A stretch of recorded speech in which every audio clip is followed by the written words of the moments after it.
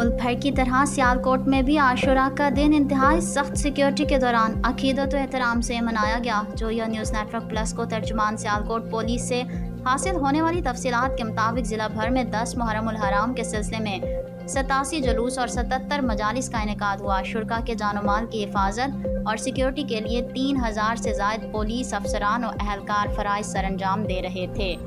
DPO Mohammad Hasan Iqbal मुख्तलिफ मकामात का दौरा करते हुए खुद मॉनिटरिंग करते रहे।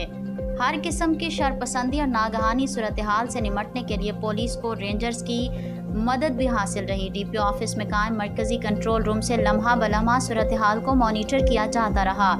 DPO मोहम्मद हसन इकबाल का कहना था कि सिक्योरिटी को फुल प्रूफ बनाने के लिए तमाम तर वसाइल और सलाहियतें बरूएकार लाई गईं। किसी को भी शर अंगेजी की इजाज़त नहीं दी गई। कानून की बालादस्ती को हर सूरत कायम रखेंगे। अगर किसी ने लाकानूनियत की जुर्रत की तो आहिनी हाथों से निपटेंगे। इकबाल जिला भर के जुलूस व मजालिस का दौरा करते हुए तमाम तर सूरत हाल को खुद मॉनिटर करते रहे।